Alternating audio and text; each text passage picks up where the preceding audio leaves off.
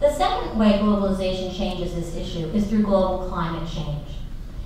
Now, in responding to global climate change, states are concerned about finding new sources of energy that don't produce carbon emissions, especially if, as the chances for global climate change legislation become more real. And I want to ask Walt Grazier, can you raise your hand here? We have a resource in the audience. We have Walt Grazier, who works for the Catholic Coalition on Climate Change. So he can answer all your questions, and I won't have to later if there are any questions on global climate change. But the irony here is that as we perhaps make progress in pushing for legislation on global climate change, that countries are moving towards more and more embracing nuclear energy.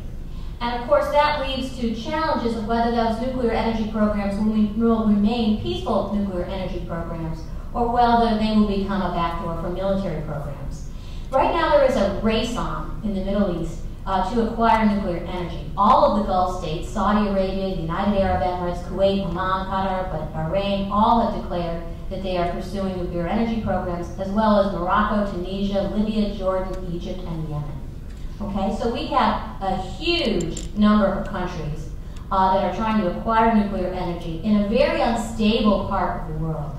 And the challenge that leads us to is not only that these programs may transfer to the military side, but also that we have a real problem of, will this create more Pakistans? Will this create more countries with perhaps a tenable, an unstable grasp on power that are nuclear weapons states in the future? So we need to be thinking of global climate change in concert with nuclear proliferation so that progress on one issue won't be setting the other issue back. We need to be thinking creatively about new types of regulatory frameworks. So this is, again, to bring us back to Caritas and Veritate and Truth and Love, what the Pope was saying this summer. This is the problem of having global markets without global ethics. If you want to think about that problem, think about AQCOM. And that's a problem we need to solve. So what can we do about this, the third point?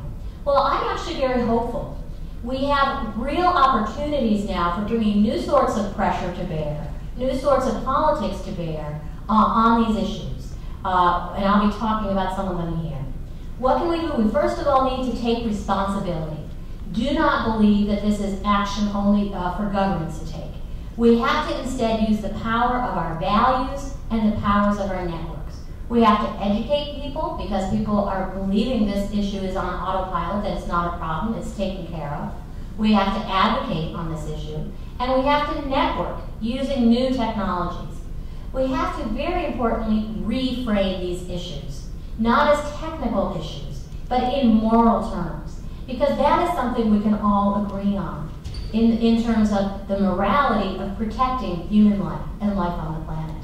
We may disagree on some of the specifics of how to get there, but certainly we should be able to agree on the urgency of that moral norm. And we have to remember and build on our track record of successfully creating global advocacy networks. Why do I think, why am I hopeful? Why do I believe that faith-based groups now have a historic opportunity to practically and importantly influence international and local politics now? Because in an information age, ideas matter. The increased availability and the decreased cost of information technologies makes it easier to broadcast than to suppress ideas and values. It makes it possible, easier, and cheaper to organize and to advocate across great distances. And in this 24/7 information age, the little guys, i.e. us, can be unleashed. Symbols, pictures, and values matter now more than ever. It offers an opportunity to practice what I like to call resurrection politics.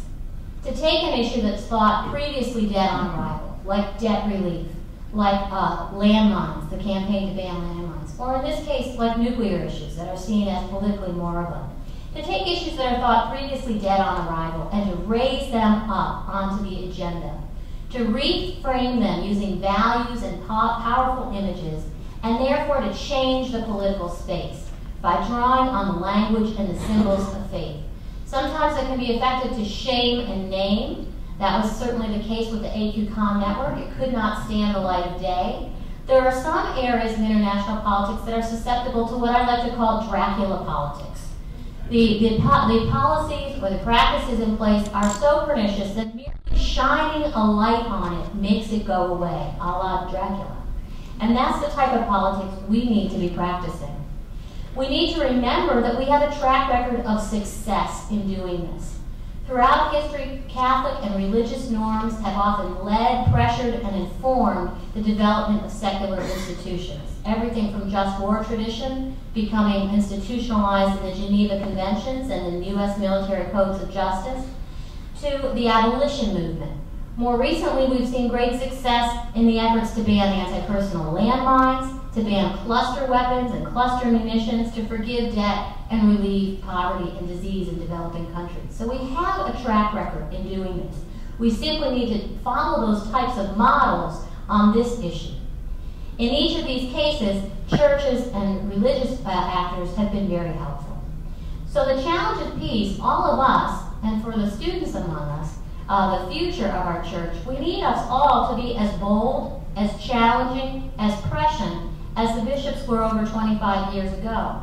We need to believe and remember that peace is possible, peace is practical, peace is our calling. The world needs us to lead the charge, and nothing is impossible with God. And we also have to remember here in Washington, D.C., our special responsibilities given the proximity and access we have to the government of the United States, the parables and talents, to whom much is given, much is expected.